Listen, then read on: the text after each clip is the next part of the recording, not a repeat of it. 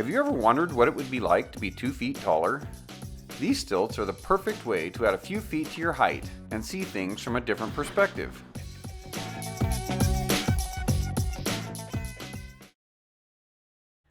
In this project, you'll see how to turn a few simple materials into a sturdy pair of walking stilts.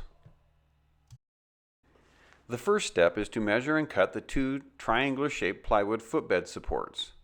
I used a 10-inch footbed length, and then 6 inches down there was a 1 1/2 inch side that runs parallel to the 10-inch footbed. After cutting the 2x2 boards to make 4 pieces that were 24 inches long, I was ready to attach the lower boards that go under the foot to the upper boards that attach to the side of the leg. The boards were marked to show the bolt locations 1 inch from the ends of the boards that are overlapping. A 6-inch overlap mark was also made on one of the ends of each of the boards.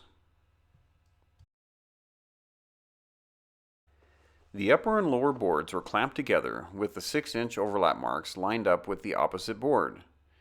They were then made parallel to each other. The holes were drilled through both boards while they were clamped together, so the holes would line up even if the holes were not drilled perfectly straight. Once the holes were drilled, the bolts were inserted into the holes without losing the orientation of the holes to each other. Fender washers were used to provide more support around the holes. To mark the hole locations on the triangular support boards, I lined up the top of the lower 2x2 boards with the top of the triangles so they were flush with each other, and then used a hammer to hit the bolt head. This made marks on the plywood supports where the bolt holes needed to be drilled. Once drilled, the plywood supports fit perfectly onto the stilts. The 3 pieces of wood were bolted together and the bolts were tightened.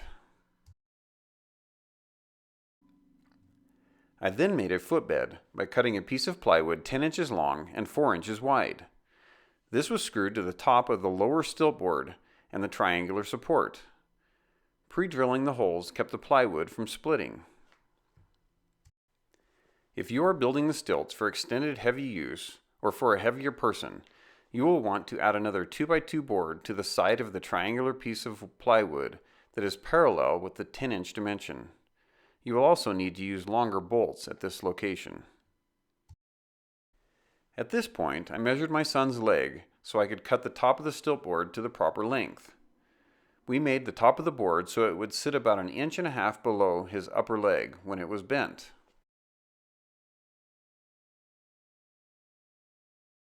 The upper support was made from some 4-inch plastic pipe that we had from another project. I marked the pipe and cut it to form a cuff that fit the side of the leg. The corners were rounded to keep them from digging into the legs. The plastic leg supports were attached to the upper stilt supports using 2 wood screws. The plastic supports were angled slightly so the leg would be attached with a very slight forward angle. For the foot attachment, we used a pair of old shoes. We test fit the stilts and marked the shoe location on the footbed, and then placed the old shoes on the footbed and used wood screws to attach them.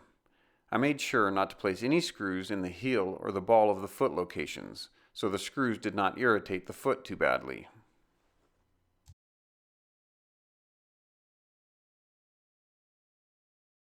The leg attachment was completed by using fender washers and wood screws to attach a piece of 1-wrap Velcro to the back side of the upper stilt boards. I left a long overlap to make a strong connection.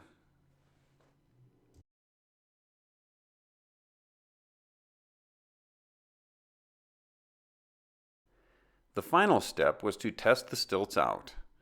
It helps to have a taller structure to hold on to when first standing on the stilts and getting used to them. A fence works well for this. After a little practice, my son was ready to move away from the fence and venture off on his own. If you liked this project, perhaps you would like some of my others.